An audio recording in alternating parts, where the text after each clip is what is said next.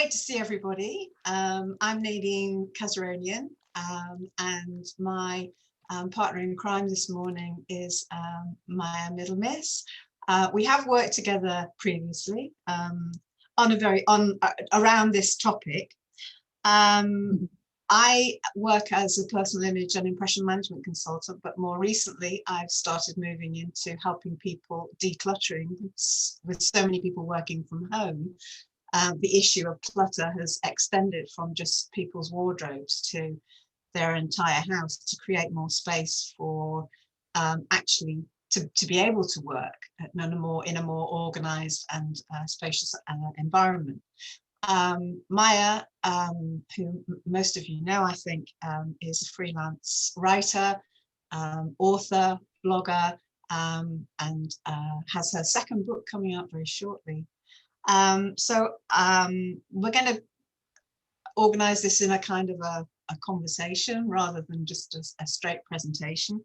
And so my first question is to Maya to tell us a little bit about happy, healthy homework, healthy, happy homeworking. I'm sorry, I always get those two the way. And which she started up really more or less at the beginning of the pandemic. Is that right, Maya? And yes. And really, what sort of response you've had from people to this new resource online through your group? Thanks, Nadine, and it's lovely to see everyone today. I really like this. This is a nice small cozy group, so we can hopefully have more of a chat than it being one way. So just jump in with any questions. But the idea for healthy, happy homeworking, actually it started more than a year ago, back in the BC days, the normal days. My working from home journey started at the turn of the millennium, when along came my millennium baby, who's now 21, and she's sort of up here.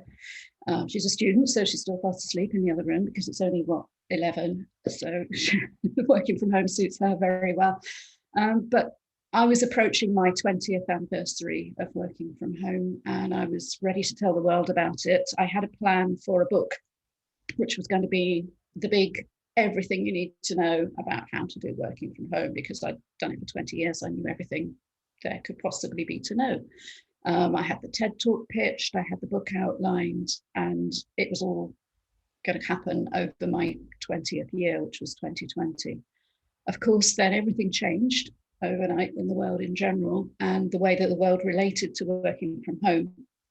I'd been working at the time, most of my income came from tech journalism and also from remote work, advocacy and consulting, but that tended to be working with the organizations rather than the individuals. So helping managers, decision makers and HR departments plan for how to transition teams, in a calm, planned, project managed way to working from home.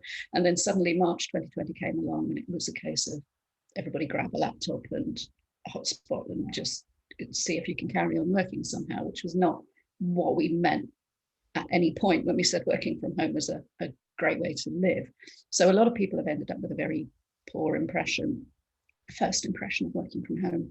And I ended up rethinking the whole book idea, realizing that neither publishers nor readers were interested in a big Bible of everything I knew. And actually what people needed was something much shorter, more actionable, more practical, to help them decide how to make this work for them and how to survive in the short term. And then hopefully now we're getting to the point that people are starting to think about what they want from their work and their life in the longer term. Because at the moment, we're in this kind of limbo when I think there's still a lot of people think we're going back to how things were before, which I cannot help but respectfully disagree with. So much has changed in terms of technological adoption, policy and decisions that are having to be made in quite senior levels in organizations about how they manage their real estate and things like that. We're not going to go back to the rush hour and commute and everybody being in a central office. So that means there's going to be permanent shifts. What I hope there's going to be for people is choice, because that's the one thing we've been lacking for the last 12 months. And working from home, working remotely should always be about choice. And that's one of the things I feel most strongly about. So as well as the book series, Healthy, Happy Homeworking has become a community And we've got a lovely group of people coming together on Facebook at the moment. I'm also developing coaching and training products around the concept to help people either address their whole career and lifestyle design, because if you are thinking about choice and what you want from working from home for the long term, it can't just be a short-term fix. You have to have strategies for your career development, your visibility and your progression that don't depend on being in line of sight of a manager in an office block, and to help people craft that and start to build strategically towards that. And at the same time, to decide if they want something different, something more flexible, which might be working in a local cafe or a local co-working, if they need that buzz of other people around them, which they just don't get at home. Or maybe people are longing for the peace of working from home once they can get their kids permanently back to school, because obviously all the poor UK people have been homeschooling all of this year again so far, and I think they're going back next week or the end of next week or something. So and there's lots of sighs of relief in the community amongst that, but that's going to give people a chance to breathe and think and hopefully start to make some decisions about what they want. And what I don't want to find out is happening is that boardrooms are making this decision and just telling people how they're going to live and work, because people have had that for a year. People have worked under incredibly difficult circumstances, often around home educating and everything else that they had to deal with, as well as personal health worries. So I really want to, much as I enjoy working with organisations, I want to advocate for the individual and make sure people get what they want out of their work from home life in future, being healthy and happy. And yes, I get those the wrong way around sometimes too, and I must buy the other domain at some point just to cover myself, because yeah, I know that's going to happen. I think what's interesting, looking back on companies that have been in the forefront of modelling work in a flexible way, is that actually there are models, there are paradigms that already exist. So I don't know how BT still operates, but certainly a number of years ago, they offered all of their employees the possibility to choose exactly the form of working that they wanted, and to discuss that with their manager and how that could be arranged, particularly around annualized hours and a certain degree of flexibility on hours. So this is not a new, this idea that you're presenting here, which is that there needs to be some interaction and communication between employer and employees, it's not new. What's new is maybe the discussion has shifted slightly in terms of it's not just about annual hours and what time of the day you work, but it's now also about where you work from.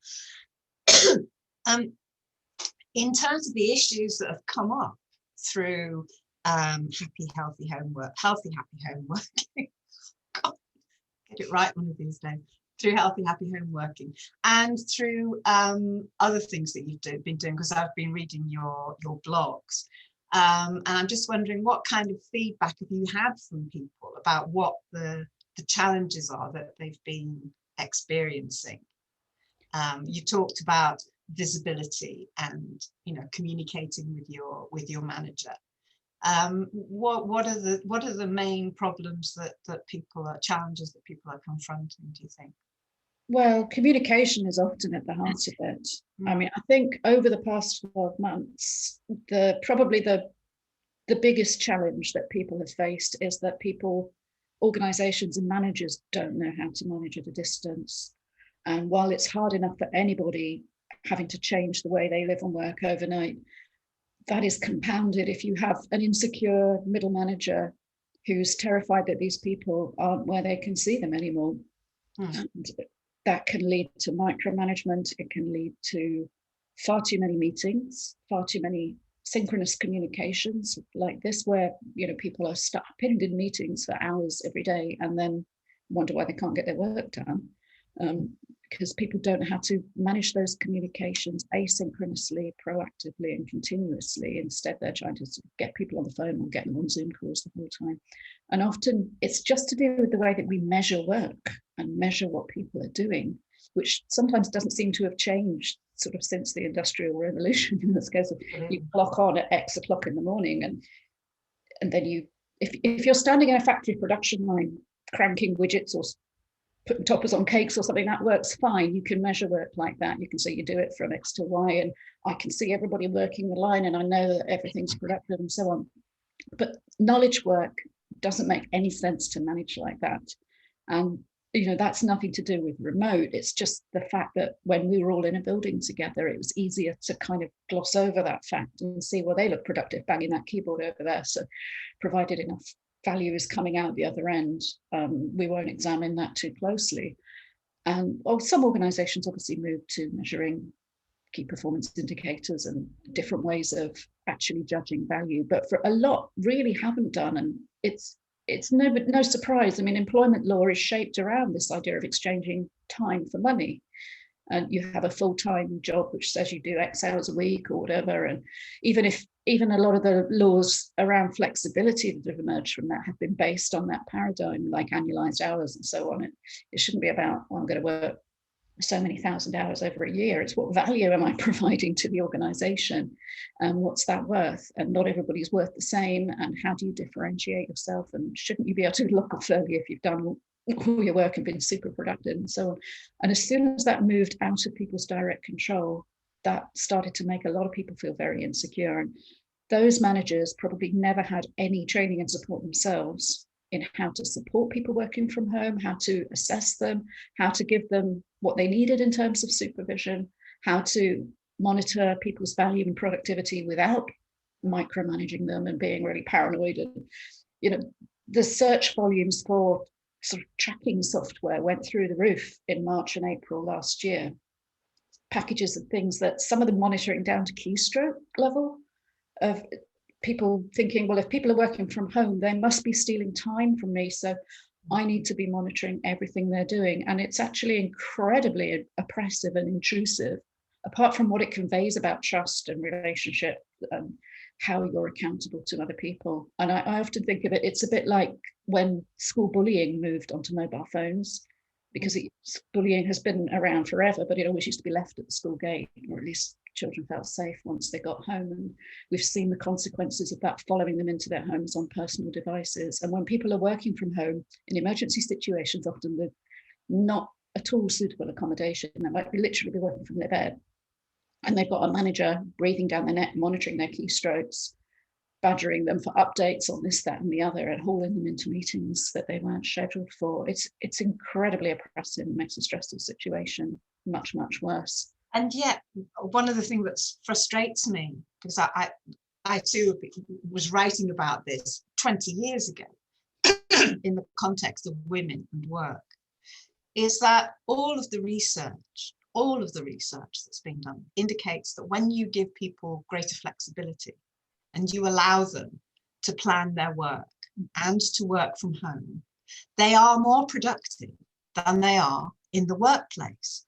But every piece of work every piece of research that's being done, it's compelling. Yeah. That you give people freedom to plan their work and to do it in a more flexible way. So one of the things that you were saying about knowledge work is, I also did knowledge work, much less now than I do now. But when you are required to be creative, you can't always be creative on the spot. The brain needs time and space in order to be creative, to produce whether that's creative in terms of writing, or whether indeed it's creative in terms of producing a marketing plan or a strategic plan that actually adds value and brings new perspectives. That you need time and space to do that. And I was thinking when you said about the knowledge working, is that if we think back to the era of Mad Men, not that we want to go back there, but in advertising agencies, this recognition that people maybe just need to lie down on a sofa to do their thinking from time to time, and to allow the ideas to come, rather than that can't be measured by the strokes of a keyboard. And there was that kind of idea of rewarding creative genius. which let them behave like whatever they wanted the rest of the time. And then yes, I mean, I'm not advocating for that. But what I'm saying is that in certain sectors, there has always been a recognition that that knowledge work is not about the number of strikes of a keyboard. Absolutely, and valuing creativity. You know, you could sit a monkey there striking the keyboard. Yeah, I'm thinking about outsourcing to one just to do that. They'd be much more productive than me. But I think in the past we couldn't really measure that, you know. So in the Mad Men era, somebody could rush out of the conference room and yell beans means Heinz and then retire or whatever, because that creativity was deemed to have added so much value, and nobody was monitoring their keystrokes or how long they were logged into an app, or taking screenshots of their desktop array, because we couldn't do that. So we accepted that the value of creativity would be measured differently. Now we've turned around to this really mechanistic way of trying to measure work and equate it against time and contractual hours. So it's very unhealthy. I hired somebody to do some web development work for me a year or so ago through Upwork, and I just wanted him to make two apps work together, and I didn't know how to do it. And he logged into this app on Upwork that sent me screenshots of his desktop every 10 minutes or something to prove he was working on it, because that's just how he's used to working. And it wasn't an hourly contract. I was only interested, it was a fixed price job, and I would know he'd done it when I saw this thing working. And suddenly I was getting all these screenshots, and it just felt really weird because I hadn't asked for them. It didn't tell me anything. If I knew what on earth he was doing with all that code, I'd have done it myself. All I was interested in was the final output, but he was used to being measured working. So what you're saying is that that some people who actually work for themselves are also being dragged into this. Definitely. Here I am working on your thing. Yeah, look how busy I am. Look how busy I am. Well, no, not necessarily productive, but how busy. But not only that, if you had employed that person as rather than you not knowing how to do it, just as because you didn't have time to do it, then it's ended up costing you time because he's sent you all these reports through. Yeah. Completely defeated the purpose.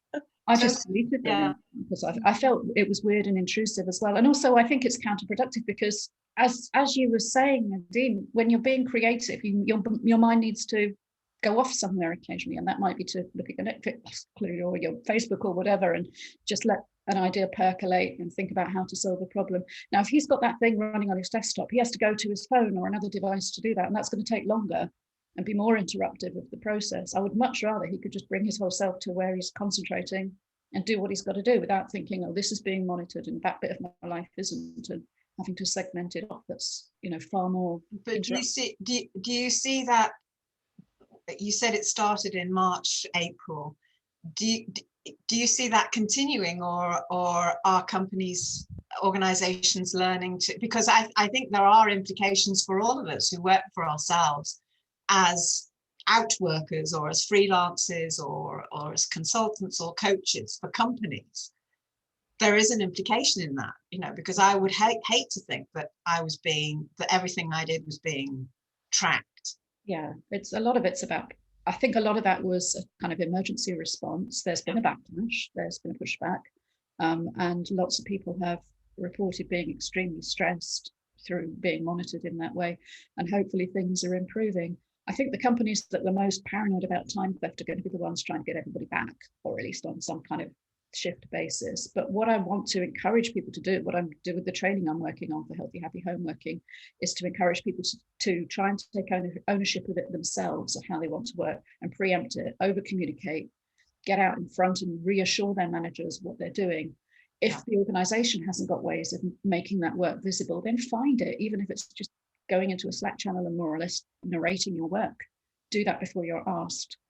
There was one of the best books that led me to Spain in the first place years ago was Tim Ferriss's 4-Hour Work Week, which first talked about working from home by stealth, and this idea that you fake an emergency and work from home and then you'd be really productive and things like that. And I hopefully we're beyond that stage now, but I like to think about asynchronous working and communication by stealth, and actually people taking control of the conversation with the organization themselves and deciding, this is how I'm going to report, this is how I'm going to show up, so that nobody has to worry about what I'm doing. I'll get ahead of it, whether that's going into when you log on in the morning saying, I'm going to do this, this and this today, and then updating as soon as you've done it, updating at the end of the day. If you can find a way to reassure of your value and measure it and make it visible so no one has to ask you, I think that's one of the best ways as individuals that we can get a handle on this if there is no organisational policy or procedure. But I think these are important transferable behaviours for people who work for themselves. Yes, with well, a lot of this is how we do it anyway, isn't it? Freelancers are used to that showing up, and this I think yes, I think we are more used to being in contact with the client. It's the old consultants mantra, isn't it? No surprises. Yes, absolutely. Say what you're going to do. That when you finally produce whatever you're going to produce, that there should be no shocks or surprises, and so you condition the client's expectation all along by communicating, and this is where we are, and this is what we know so far, and this is how it's looking, and so on until the delivery date, when whatever it is, the piece of training or the report or whatever, you present it, and it's the client has known all along how the thing was going. Yes, and there's no surprises. No one can say that they haven't delivered adequately or that anything's different to what you expected. And I think a lot of this is actually about people who've never had to think like a consultant or a self-employed person before, thinking about ways to show their value to their colleagues, to their line managers, to a prospective employer that they might never meet in person. So it is about thinking more like a freelancer, about this is how I'm going to meet deadlines, this is how I'm going to be accountable, because people are used to having that completely provided for them, that structure. If they've always been employed, if they've always been in a fairly traditional or a larger, more hierarchical kind of organisation, they've never had to do that. And it's really hard for organisations to make that shift. I just want to help individuals within it to make that shift if they want to, and then they can carve out the life that they want and the career that they want, which may or may not be for that organisation, because remember, now we can work for anywhere on the planet, and that's really exciting. Yeah. I mean, I think also it's, as with many things, it will be one of the fact that the balance of power is shifting to employees is one of the things that will force employers to change. It's the same as skill shortages being one of the things that pushed employers to offer more flexible working for women, for example, because you can't just write off 50% of your workforce because they might be going off and having babies or whatever. You've got to find some way to hold on to the knowledge that these people have, the training that you've invested in them, and so on. So this is what I see this as being one of the external factors which will force change within organizations. So just one question I want to ask, just about you personally, just to bring it down onto a personal note. You said you've been working from home for a very long time. What are the specifics that have changed for you since March 2020 in terms of the fact that you now have your children at home? I think your husband has always been at home working. He's always been at home. I mean, yes, this is obviously it's been a bit of a strange year for all of us, but dare I say it, for me, it's not been that disruptive. I've been really, really fortunate. My daughters are older. The youngest is 15, so she was able to adjust to working from home reasonably easily anyway.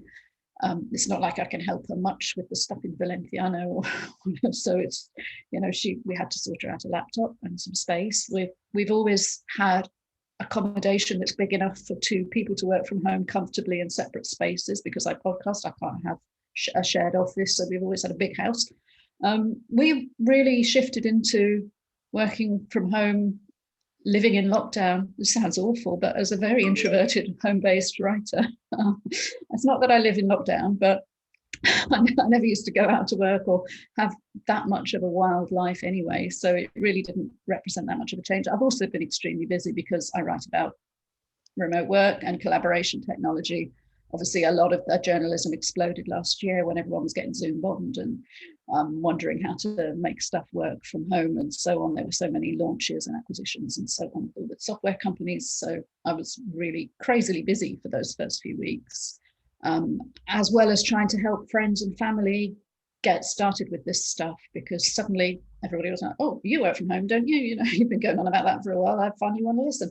So whether that was sorting out online Zumba classes or managing a team, it was really great to be able to do something to help, because I'm not a nurse or a delivery driver, or, you know, I think we were all struck with this, how on earth do I help? And then I realized there was something I could do. And that was why we started with the free community for Healthy Happy Home Working as well, to just give people a place to come and ask for help. I certainly don't have all the answers, but as a community, sometimes we do, and we can share knowledge and experience and try and figure things out. Yeah. So yeah, that's what's been going on for me. I'm sure it's been much the same for you, Nadine, because you've been working from home for a long time, and then everything changed. Yeah, well, I've been working from home ever since I can remember. I was just trying to think when I first started. Usually, originally in a hybrid model, because I was working for an employer. But it's the flexibility in working was always something I sought out. Not just to fit around, you know, family and children, but because it's something that I enjoy being able to manage my time. I enjoy the idea of organizing my work in a way that suits me. And sometimes, as we all know, that means actually you put more in than you would in the office. But it was always that was always a price I was prepared to pay for just being able to be at home, whether it was a day or 2 days or whatever it was, a week. And then, of course, as you say, for more years than I can count now, I have actually worked from home for myself. But the big change, obviously, was when, because what I deliver is a personal service, was the kind of shock of then not being able to do that and thinking about, well, how do I migrate what I do online? And it transpired that it was relatively simple. And one of the huge benefits, of course, has been for everyone who delivers personal services. I mean, apart from the people who cut hair and do beauty or whatever, that's a physical service, is that the amount of flexibility it allows you and the client, much more than if I was going to people's homes to deliver the services that I usually deliver. So it's less time consuming for me to do the individual consultations, and also it's easier for the client too. But one of the things that I also thought about was, for a long time I've worked with people helping declutter their wardrobes. And I just thought, you know, looking at my own home, because I was here more than normal, was looking around and thinking, I want to make this space more welcoming, more aesthetically pleasing to be in, because I'm not just here doing something and then skipping off out or whatever. I'm here all the time now. So what can I do to in my own space? The first thing I did was my office, obviously, and then other areas of the home, because what I knew from helping people declutter the wardrobe was that there is a lot of psychological stress and turbulence that goes on when you have a very cluttered space, when you've got more clothing than you can cope with, and you've got loads of things that you don't wear, and your wardrobe is crammed with stuff.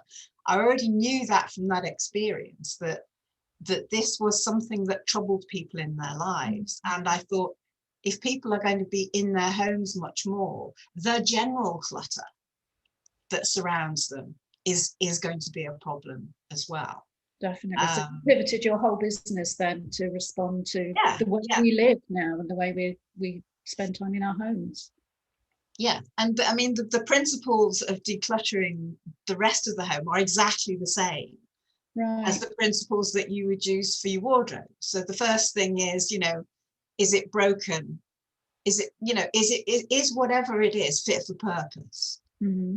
And I mean, just one of the things that I did recently was go through my my cutlery and kitchen utensil drawer. Mm-hmm. And the stuff I threw out because it was broken or it was mismatched or whatever it is, and it was just sitting there occupying space. That's just. Well, you've got 3 of them for some reason, though. Yeah. So so the first principle is, am I using it? And if you're not, well, give it to somebody else, or if it's broken, throw it away. We all have to. I think one of the important lessons in our lives is that we have to learn that, although I'm not one, as we were talking before about, obsolescence for everything, but everything, most things have a lifespan. Mm. And recognizing that you're going to get to a point in your life when the lifespan of some of the things you have is exhausted, is expired. So as I say, first principle is, am I using it? Is it fit for purpose? And then, a little bit like Marie Kondo and also William Morris used to say, don't have anything in your life that's not either useful or beautiful, preferably both. And so going through all of those dust catchers that we have, and maybe there are books that we've got that we didn't really enjoy, or they don't have any significance for us, and really, just to get rid, rather than thinking, oh, it'll come in useful or whatever it is. And it's, well, has it come in useful over the last 12 months, 2 years, 3 years? And if the answer is no, then get rid of it. I agree with the theory a lot. I struggle with them, especially books. Don't touch my books. Yeah, I mean, I've been a bookworm since I was a small child, and loved books. But then, of course, that we all buy books that are like, they're just a quick read, and then after you've read them, it's like, well, the best thing to do is just pass it on to someone else, because there wasn't anything really in it that resonated with me, or that I'm going to want to go back to, or particularly if it's fiction. Yes, but again, really, yeah, I suppose that's the thing. I also really like the idea of passing it on to someone else, and the whole sustainability agenda. I spend a lot of money on ebooks and Kindle books, particularly for fiction, because I don't want this as a physical thing that's going to be a trophy on my shelf forever. And that's great, you read it once, but then you can't really pass it on as easily. So I miss being able to lend books. Yeah, absolutely. But I don't know how everyone else feels about decluttering their homes, and whether do you feel that you have kind of inhibitions about getting rid of stuff? Oh, great, Nancy's shaking her head. Got a declutterer in the house. In 2017, we packed everything up that we owned, and if it didn't fit in the car, it didn't come with us, and we no longer own it. Yeah, we decided we were going to travel Europe, so we were renting in the UK, and within 6 months, we'd packed it. We'd sold or given away or donated everything except what we truly thought we couldn't manage without. And we've left things behind as well. I was just working out in the 11 years since I've been working for myself, we've lived in 16 different homes. Wow. So well, we yes, own very little. Mm. Yeah, everything has to be compact to move from one place to another. It has to have a purpose. And since we've been renting longer term in Spain, the Spanish tend to leave, or we've found in the houses we've been in, they tend to leave all their stuff in the house. Not like the UK when you rent and Everybody you have to take light bulbs. Yeah, in Spain I immediately go around and just have to pack everything up and store it out of the way somewhere, because it's just not necessary for what we need. No. Great. Yeah, moving. But how did it feel to go through that process of getting rid of so much? Some of it was painful because there were some things that had got sentimental value that we couldn't keep, and that were difficult to get rid of. But everything else, it just it didn't matter because we'd got another dream, and having stuff and clutter and possessions didn't fit into that dream. And the dream and the new way of life that we were making for ourselves was much more important. And there's things that we've missed since. I do miss my books. I had a lot of books, and kept the ones that I wanted to reread or that meant something. And so I miss having a bookshelf full of books, but I've got my Kindle. And I guess the same with DVDs as well. Certainly in the last year, as Maya said, my life hasn't altered much because I was working from home anyway. Yeah. So during the pandemic, it just kind of continued. We just went out into town less. But as we've worked our way through what's available on Netflix, etc., I do miss. Again, we've got shelves and shelves and shelves full of DVDs, and I think, oh, I'd love to watch that film again, and then can't find it online. Yeah, but I think one of the things that most people don't understand until they get into the process is actually how freeing it is to let go of stuff. Yeah, you don't. I know it's a cliche, but I mean, people's wardrobe is probably one of the most intimate things that they ever share with you. Yeah. And you talked about, sentimental attachment. People have very strong sentimental attachments to some of their clothes, ball gowns they wore in the 1980s, wow. Puffball skirts or whatever. But it's about asking yourself, why, what does this stuff really represent to me in my life? What am I holding on to? And I'm not one for ripping people's treasured possessions out of their hands, but the thing is, maybe it needs to be packed up and stored away somewhere. It doesn't have to be on display or occupying a lot of space. If you want to keep it, you can do that, but then you have to consider how much storage space have I got to put this stuff in. And clothes in particular, I had to really trim down my clothes to the ones that were going to be useful. And I mean, I'd not lived in southern Spain during summer. You don't wear clothes anyway, do you? It's that hot that you wear so very, very little anyway. So everything I brought had to be for every eventual season, cold weather, warm weather, etc. And we looked at getting a storage unit and packing things away and storing them. And then when you look at the cost and were we planning to go back to the UK? No. Would we pay to ship things out to Spain? Probably not. So, it just wasn't cost effective, and we felt it wasn't necessary. So yeah, I do think actually there's the big moves that we make in our lives, as you say, if you come from the UK or outside of Spain, you've moved here, is that where it should, and particularly if you're downsizing or renting, it should enable you to make that break.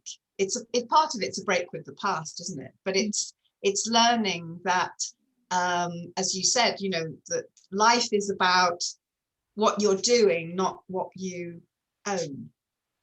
Yeah, but do you have to keep moving then? Because I don't know, when we came to Spain 12 years ago with one Land Rover, very overloaded, but everything we were renting furnished both ends. Thought, yeah, we'll cram everything in here. Last year we moved from Denia to Valencia with 2 big removers lorries full of stuff, because the stuff comes back, and that was such a big move in our lives that I've decided I'm never ever moving house again. So what do we do? How do we make this happen on an ongoing basis, Nadine? How do we make? Yeah, I mean, I think there are 2 issues, and or maybe 3. The first is, we all need to get into this mindset of accumulating less. Whether that's buying, or even if you are recycling. So let's say you're going into, you're buying clothes or stuff secondhand.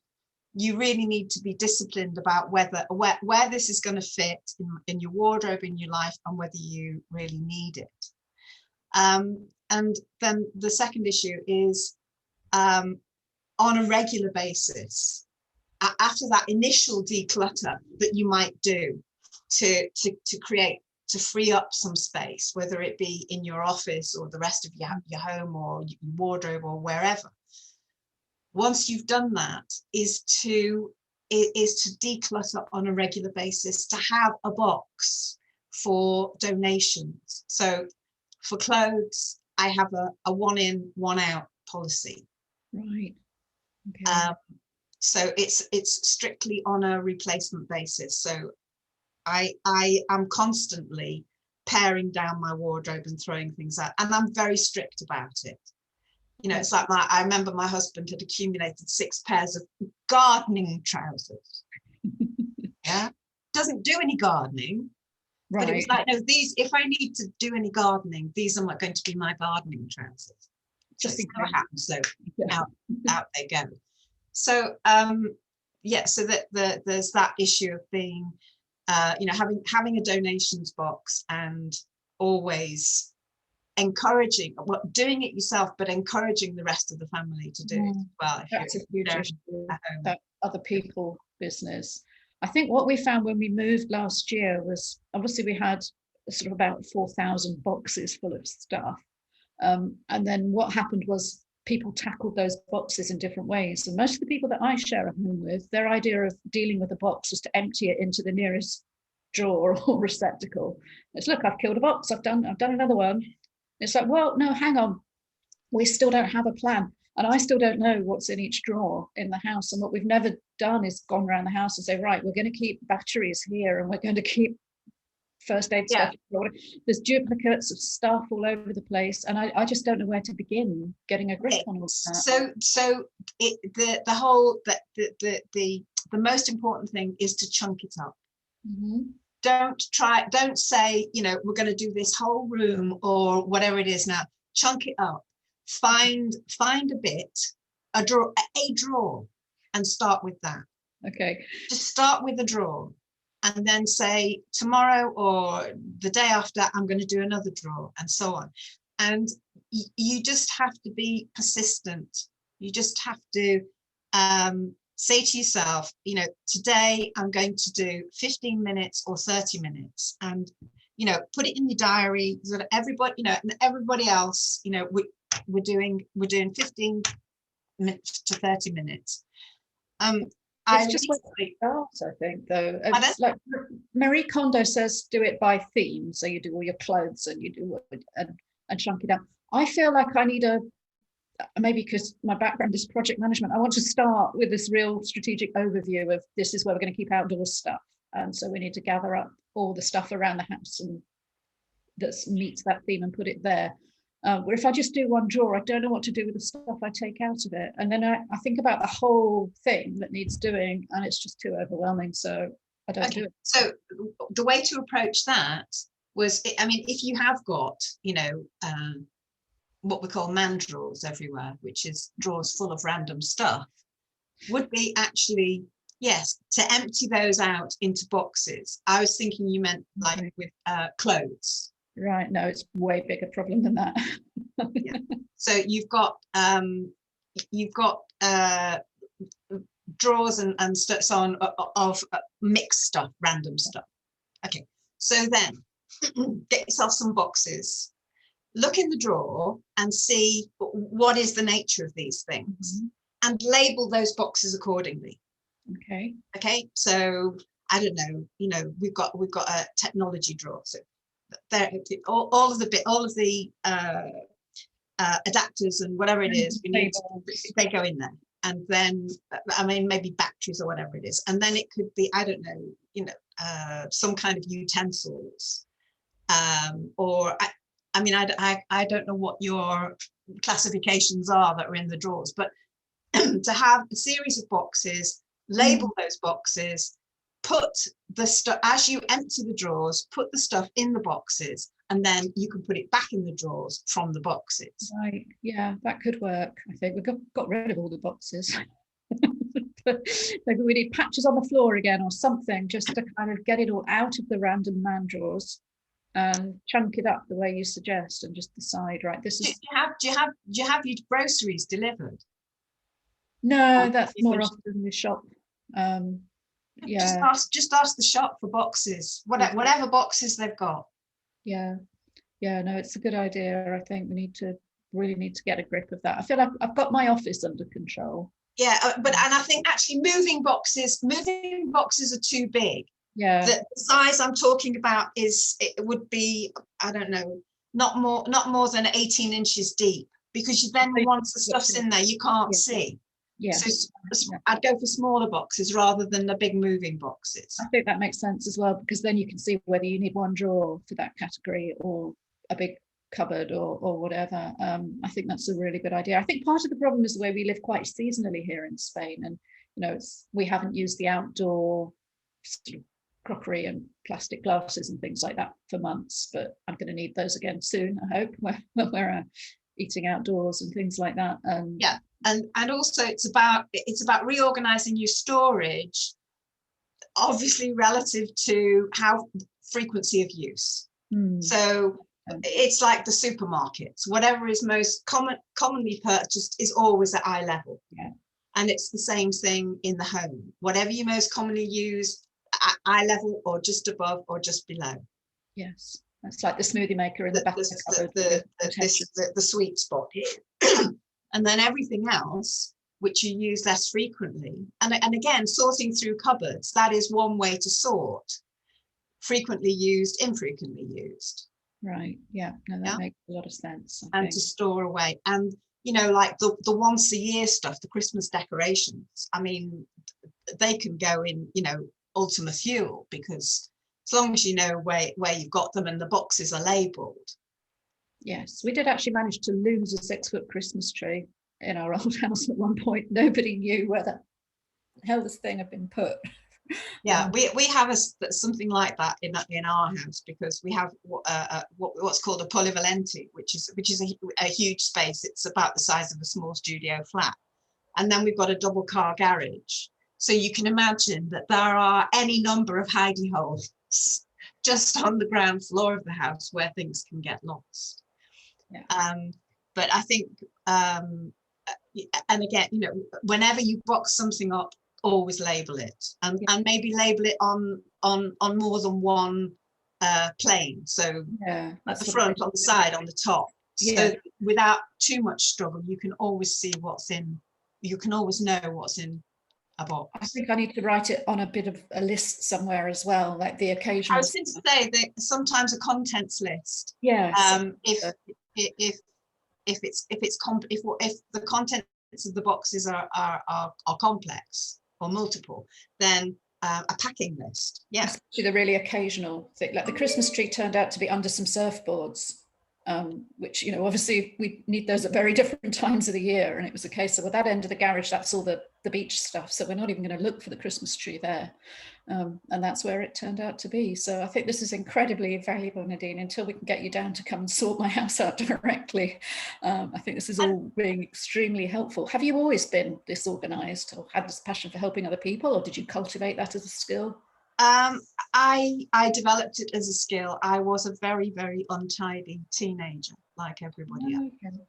Very, very untidy. Hope then this can be learned. And one of the things that forced me to learn was having to be more organised at work. I mean, I was terrible at university. I never knew where I was supposed to be or what I was supposed to be doing. I was so disorganised. I had to rely on friends. And so where are we for French? Well, I mean, really, pathetic. But, once I got into the world of work, I realized I had to be more organized. And so I became generally more organized in my life. And one of the things I can't bear now is not being able to find something. I have to know where everything is. And the thing that will drive me insane is if somebody else in the house takes something and puts it in a place where it doesn't belong. Yes, I think everybody with an office at home knows about that. Well, if they've got teenagers as well. It's like, you touch my chargers drawer. yeah, I'm very much now a place for everything and everything in its place, because it just makes life so much easier. You don't waste time looking for things. You don't get frustrated and cross because you can't find it, or when you find it, there's something wrong with it. It's broken or it's not functioning in some way. It's not charged. Yeah. So I had to learn. I learned the hard way to be more organized. And now, of course, definitely gives me hope then, because I feel it's not a natural state for me. I have extreme order imposed on little nuggets of my life, like my time, my office. I know exactly where anything is, and touch it at risk of your own life. Things like my back when we used to do travel, if anybody remembers that, I have full sets of chargers and cables and things for business travel. And it's all in go bags ready, so I don't have to unplug stuff and take it with me. But my girls have learned that you just don't touch that, because if I come to it and it's not there, if I've got to do something at short notice, there'll be trouble. So I can be really orderly about stuff like that. And yet, if you looked in my kitchen or in the garage, or even, dare I say it, some of my clothing drawers, it's a very different story. So yeah, it's good to know that you can change and you can adjust. I also like the idea that I say to people about the 10-minute tidy. Two things: never leaving a room empty-handed, and that applies to everybody in the family. Right. And if you've got stairs, never go up or downstairs empty-handed. And what was the third one I was going to say? Yeah, the 10-minute tidy. Get the kitchen timer, and everybody in the house does a 10-minute tidy. And you'd be amazed how much you can achieve in just 10 minutes. And those 10 minutes every day mean that by Friday night, the house is in a state where everyone can just sit down and have a drink and relax, instead of, God, look at the state of this place. There's newspapers and magazines everywhere. Whose are those shoes? Yeah. And it just, for me, it just creates a more tranquil, a more peaceful environment that you can enjoy all the time. I mean, I get up in the morning and I usually do a 5-minute tidy before I go to bed, but I always do at least a 10-minute tidy in the morning, and then I know everything's set for my day. And it's like setting an intention. You're laughing, Lorraine, are you? No, I was just going to ask, what do you think about the special skill of organised chaos?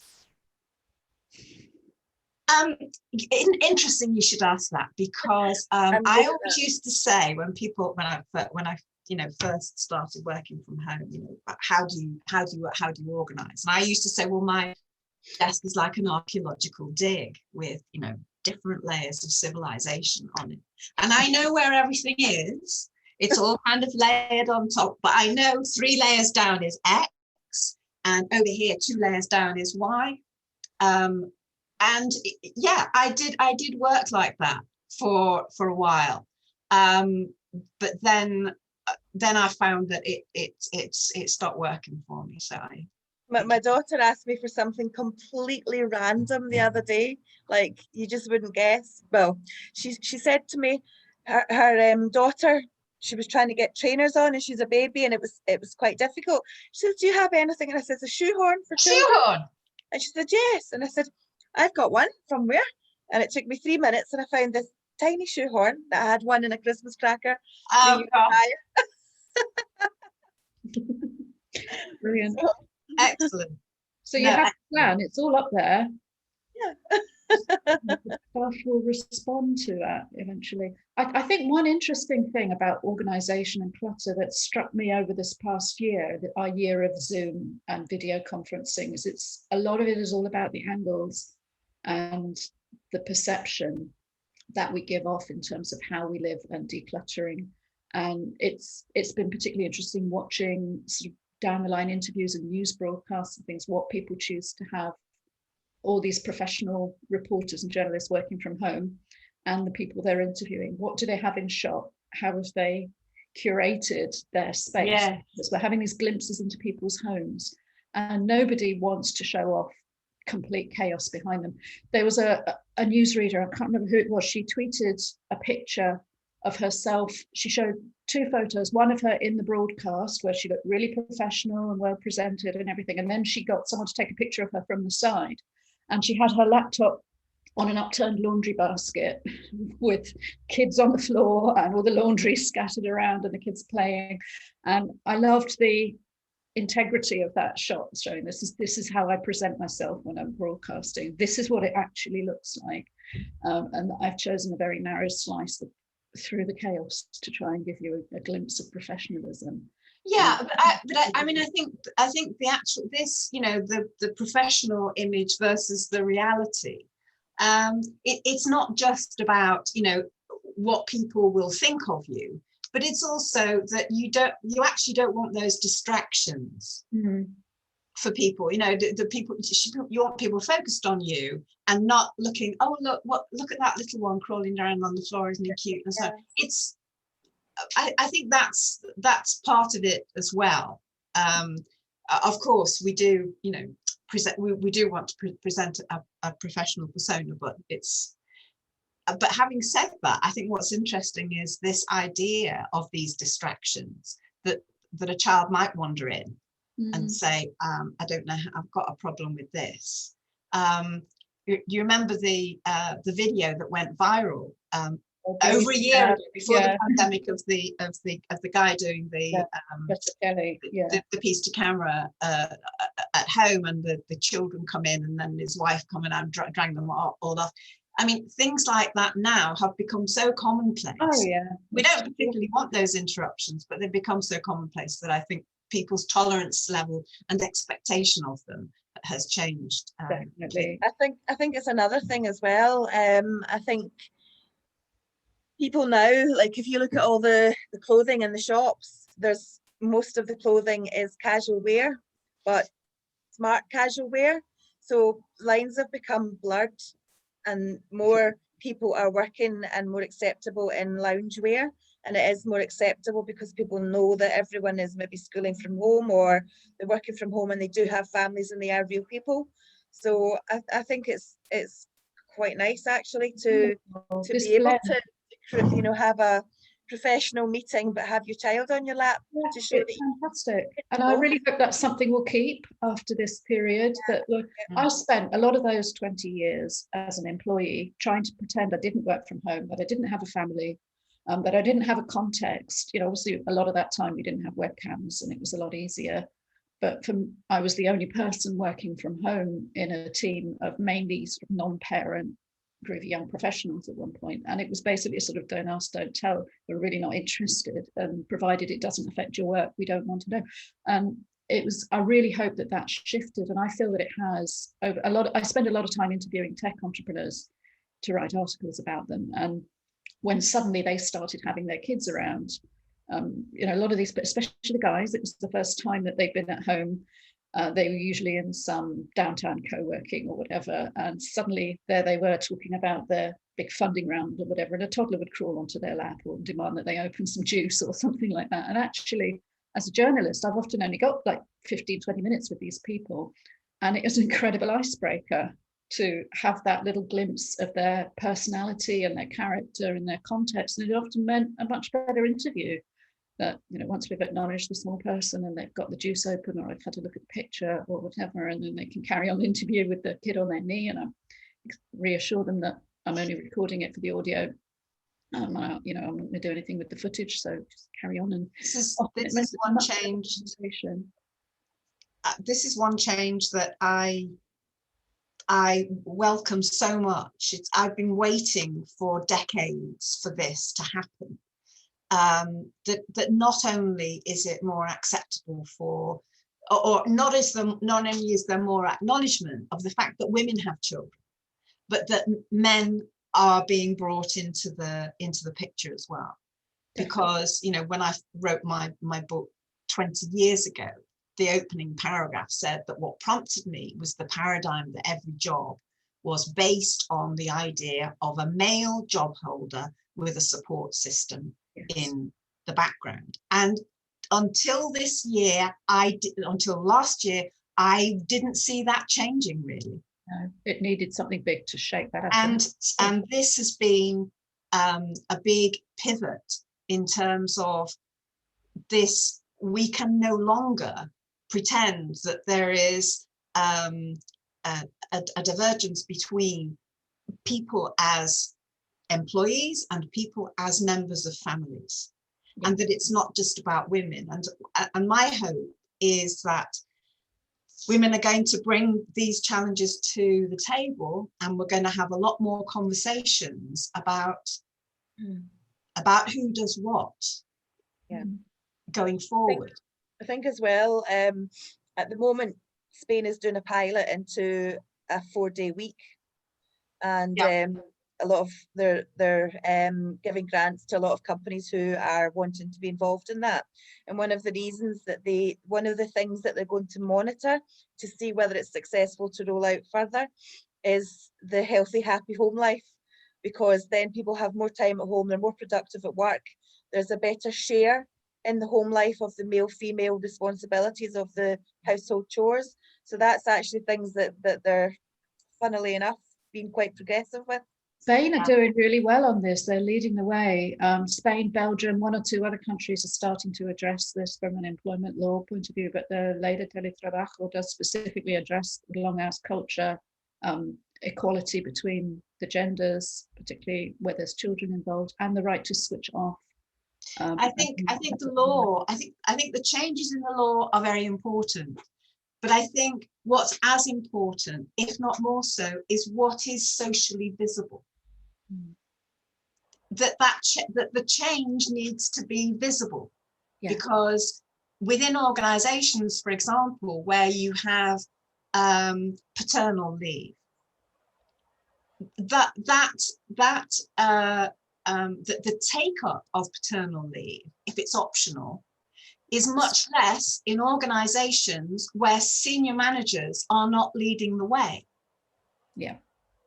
So if more managers are being seen to be at home, and that they have children, that we start acknowledging that people belong to families, many of those families include small children or mid-age children, that the visibility of that in society is one of the things that will push change, because we know that legal change alone, it creates an environment where change can happen, but it doesn't make the change on its own.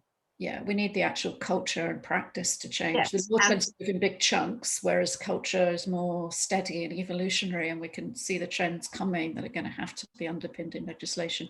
I mean, thinking back to that news clip with Professor Kelly and his family, I think it was about 2016, 2017. Everything was so wrong with that. The way that, I mean, the kids obviously couldn't care less, and that little girl strutted in like a boss and just kind of really just want to see my dad. But I was absolutely terrible. He just acted like, I haven't got children, I can't hear this, this isn't happening. I'll just keep talking to camera and pretend this isn't happening. His wife was mortified. She came in struggling to keep out of shot. I mean, it's worth Googling again, because it's absolutely yes, it was. I use it in my trainings. It's lovely, but it is actually, it's the reason it's so funny is it's just exemplifies everything that was wrong with that culture of, as far as he was concerned, it shouldn't have happened, it wasn't happening, he couldn't possibly be diverted from what he was doing, which was talking about some huge and it was his wife's job to ensure that keep that boundary, to keep them out. She couldn't be in shot, so she was kind of flailing on the floor, which was even funnier because she was in shot and was trying to get and the toddler came in his walker. And all the time, he was just acting like nothing was happening. If he'd have just gone, okay, come on, we're on the telly, and come and sit on my lap, or mummy, or just something, acknowledge that this was happening and that he had a family and a context, and this stuff happens, and this is what goes on. And I wonder if in a year's time we'll go back to this, bringing people into the studio for news interviews, because this actually changed before the pandemic. I think it was mainly just in terms of people having decent broadband and webcams at home. If you think back 4 or 5 years, nearly every news interview took place in the studio. There was even a time BBC News 24 interviewed a driver by mistake once, and they got them wheeled the wrong person into the room. And maybe it was after that they started doing them down the line. But I think, so then we started with people really staging their home environments, and it was like, pretend you've got a news studio in your spare bedroom or whatever. And now hopefully it's shifted again, that these glimpses of people's lives include family. So fingers crossed. What do you think, Nancy? Well, it's just brought to mind actually, and it was pre-COVID. My clients work in the mental health space, and I remember being called up by a property developer come landlord in London wanting to speak to us because they were building apartment blocks for young professionals, and they were aware that a lot of these young professionals would be working from home. I mean, this was pre-COVID, but they were already thinking with more flexible working, and they wanted to build to enable a workspace. They recognised that in order for people to be productive and to have happy, healthy homes and working lives, they'd got to be happy at home. And if they were working from home, they needed to have an environment where it was conducive to productive working and happy working.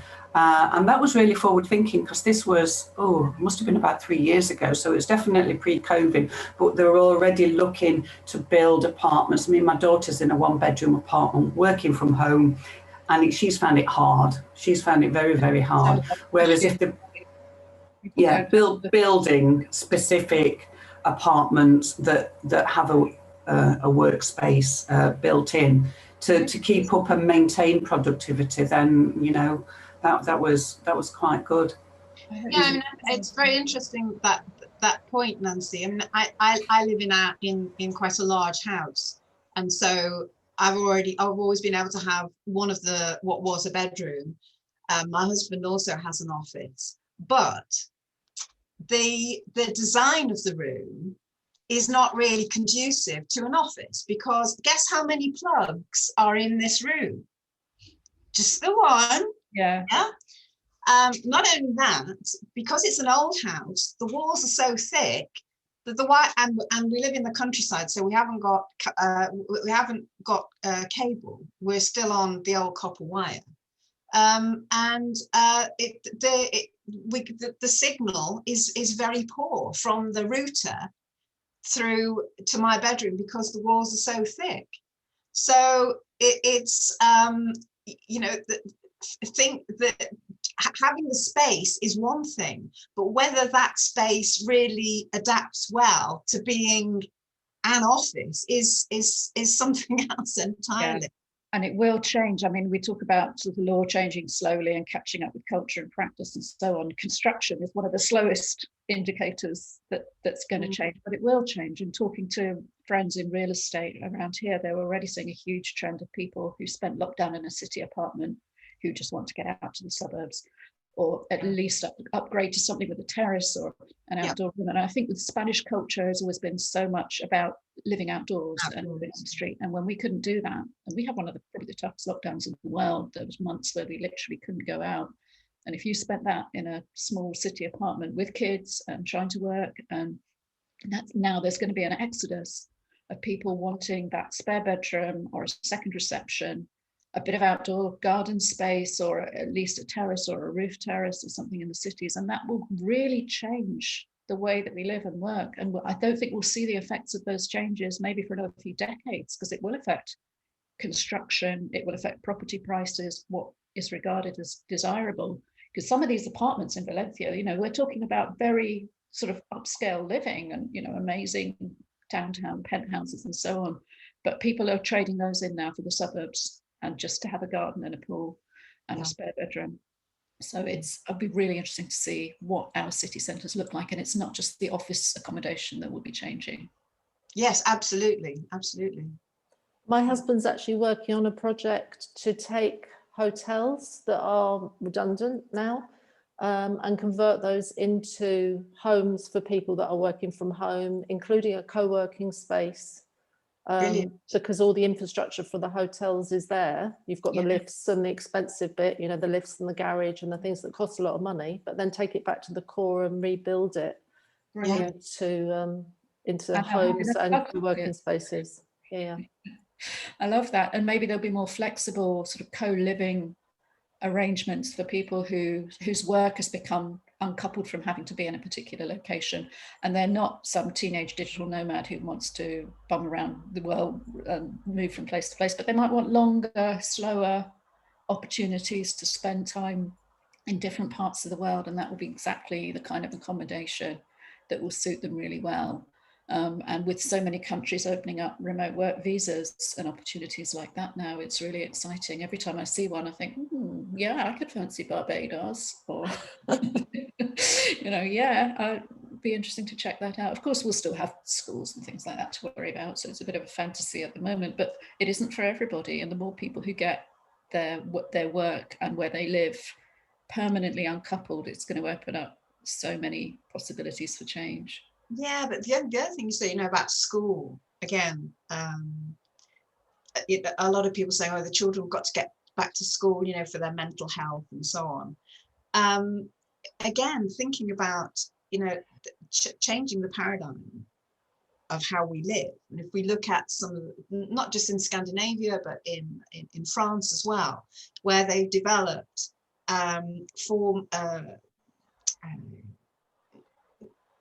spaces where there is a kind of communal living, as Ali just said, that not just a co-working space, but a cohabiting space, where maybe on the ground floor, you've got a gym going off somewhere, or an open space where people can have coffee or whatever and can actually mingle as a small community, maybe including children. Then the idea of school being where the primary place where children socialize could also shift. And they're used to working online now. Yeah. I mean, I think school is vastly overrated in terms of socializing for children. I hated it. I was bullied. I had a couple of close friends that I like to spend time with, and the rest of them, if I saw them today, I wouldn't even cross the street to speak to them. So, I mean, that's just my personal experience, but I do think it's overrated. It suits some people really well. It's terrible for others, and there's zero flexibility. If you're good at games, and sport, school's for you. Groupy things, especially in Spain, it's about being part of the group. We got called in once to talk to my daughter's teacher because they were worried about her sitting and reading instead of joining in and playing. And it's like, if school is telling me off that my child wants to read. It was really weird. But I really like... That would have been me. Same here. I'm thinking about Ali's husband's hotel design, but for a university. Because at the moment, we've got all these young people are studying from home anyway. All the classwork is being delivered online. What they're missing out on is the socialization. So we get them all into one of these hotel buildings. We can have wardens and some kind of, adult supervision to make sure the parties don't get too loud and things like that. They can all study online. They can come together in study groups, but not necessarily with people that they're studying with, but people that they want to socialize with anyway and have more cross-fertilization of ideas. So they get that experience of living away from home, and they can have the bad parties and the regrettable sex and all that going on, but they don't have to spend $9,000 a year on university fees when they're doing it all online anyway. I think there's definitely something in that. We could have sort of supervised or semi-supervised, because they'd have to be over 18, sort of student living centres, and we could put them on fun places like next to a beach or a groovy city, and they can still get that experience living away from home. So I want to see a network of those, so you could go to a different city every semester and try New York or Valencia or whatever. I mean, I think the time, the time it has come for us to re-examine fundamentally the way we live, and I think the opportunity is here.